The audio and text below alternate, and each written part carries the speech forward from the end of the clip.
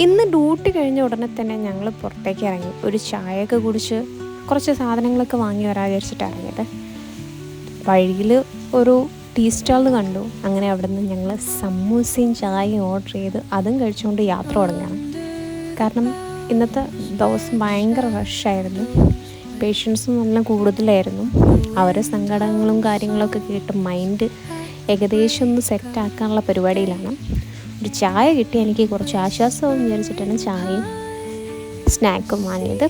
ഇനി നമ്മൾ പോകുന്നത് ഫിഷ് മാർക്കറ്റിലോട്ടാണ്. അവിടെ ചെന്ന് ഞങ്ങൾ കുറച്ച് മീൻ കുഞ്ഞുങ്ങളെ വാങ്ങാൻ വിചാരിച്ചിട്ടാണ് എത്തിയത്. പല തരത്തിലുള്ള പല കളറിലുള്ള മീനുകൾ നമുക്ക് അവിടെ കാണാൻ പറ്റി.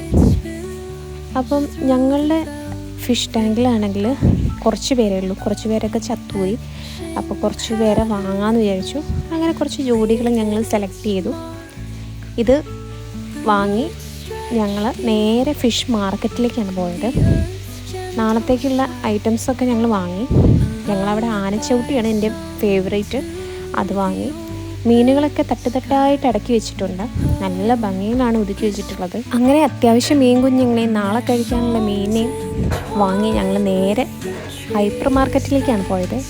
Mango hyper market. ഇവിടെ നല്ല ഓഫറുണ്ട് എന്നൊക്കെ കേട്ടാണ് വന്നത്.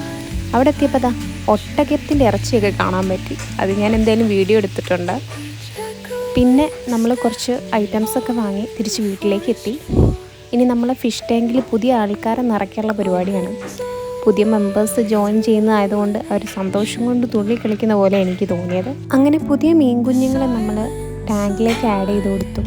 അപ്പം തന്നെ എന്താ നമ്മളെ ടാങ്ക് ഏകദേശം ഫുള്ളായി കഴിഞ്ഞു കേട്ടോ. പിന്നെ നമ്മൾ ഇതിന് കുറച്ച് കുഞ്ഞുങ്ങളുണ്ടായിട്ടുണ്ട്. അവരെ ഒരു തൽക്കാലം നമ്മളൊരു പാത്രത്തിലിട്ട് വെച്ചായിരുന്നു. അവർക്കും ഞങ്ങളൊരു ബൗള് വാങ്ങി അതിലേക്ക് അവരെ സെറ്റ് ചെയ്ത് കൊടുത്തപ്പം അവർക്കും ഭയങ്കര ഹാപ്പി.